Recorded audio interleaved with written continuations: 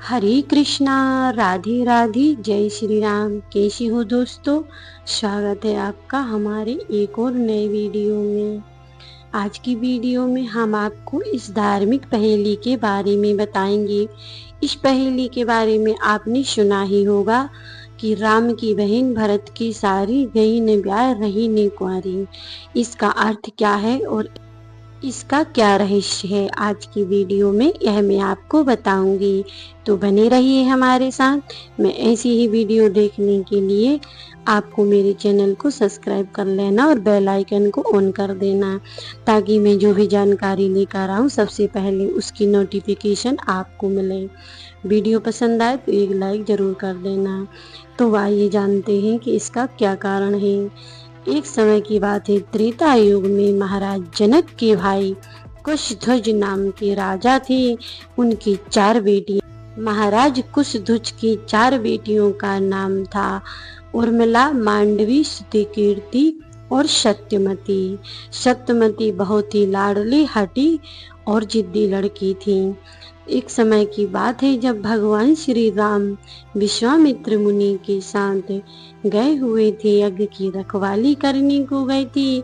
उसी समय यज्ञ की रखवाली करने के पश्चात वे विश्वामित्र मुनि जहाँ जाती थी, तो वहाँ पर भगवान श्री राम लक्ष्मण उनकी रखवाली करने को जाती थी। और फिर ताड़का को मारकर, सुबाहु को मारकर भगवान श्री राम विश्वामित्र मुनि के साथ जनकपुरी को जा रहे थे। तब उसी बीच में जनकपुरी से कुछ दूरी पर महर्षि उपमन्यु का आश्रम था।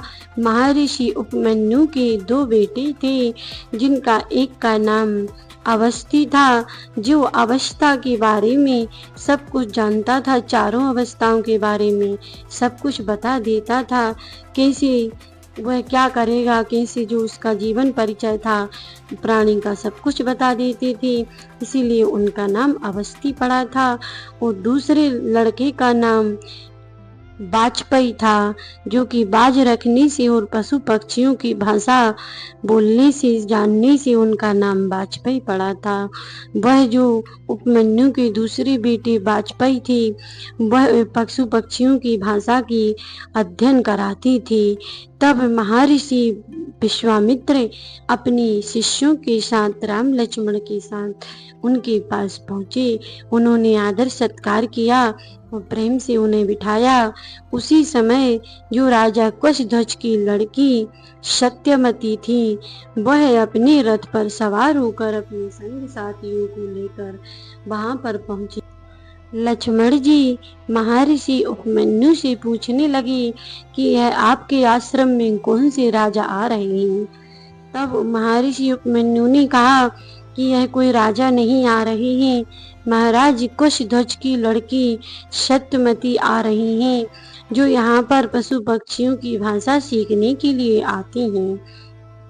यह सुनकर लक्ष्मण जी ने श्री राम जी से कहा कि हमें भी पशु पक्षियों की भाषा का अध्ययन करना चाहिए।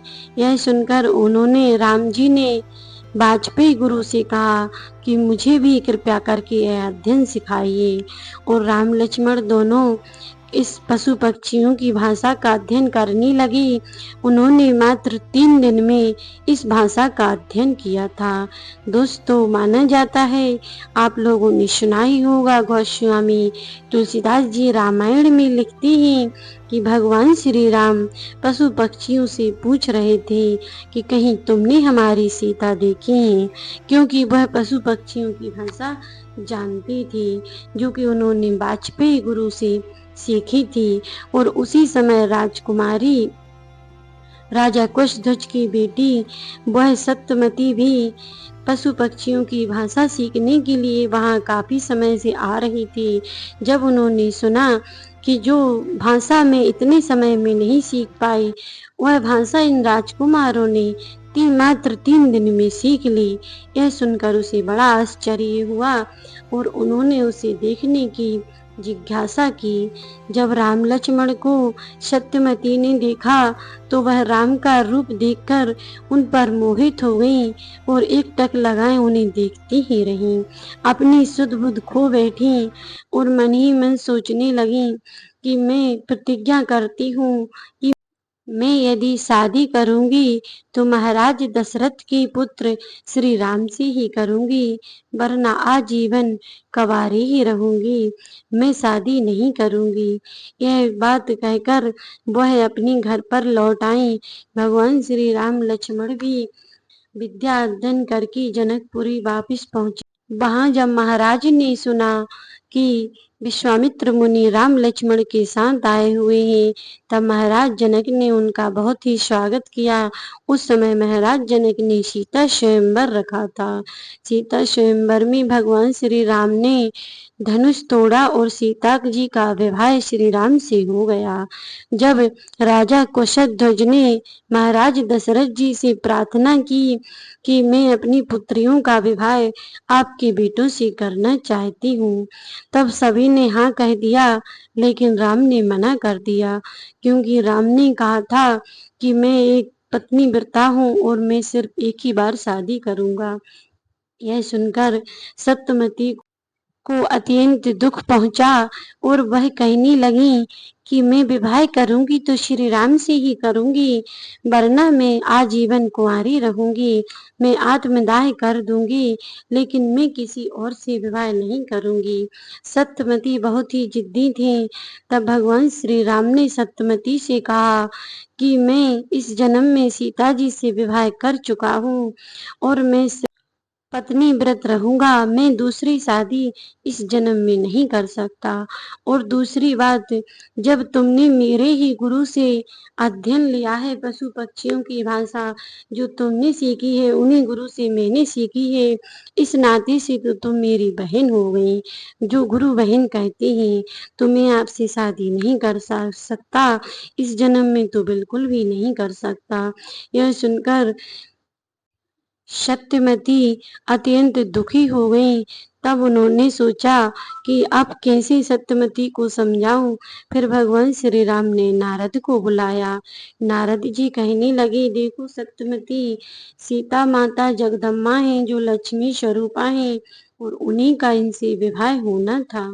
और तुम यह जिद छोड़ दो कि तुम श्री राम को अपना पति बनाओगी। भगवान है श्री राम विष्णु का अवतार हैं और माता सीता लक्ष्मी का अवतार हैं, और तुम यदि आत्मदाह कर लोगी तो प्रेत योनि में यही भटकती फिरोगी। इसीलिए आत्मदाह की बात अपने दिमाग से निकाल दो। नारद जी के बार बार समझाने पर भी सत्यवती को समझ नहीं आ रहा था। वह अत्यंत ही व्याकुल हो गई थी। तब श्री राम जी ने कहा, ठीक है, इस जन्म में मैं तुमसे शादी नहीं कर सकता, लेकिन अगले जन्म में मैं आपसे शादी अवश्य करूंगा।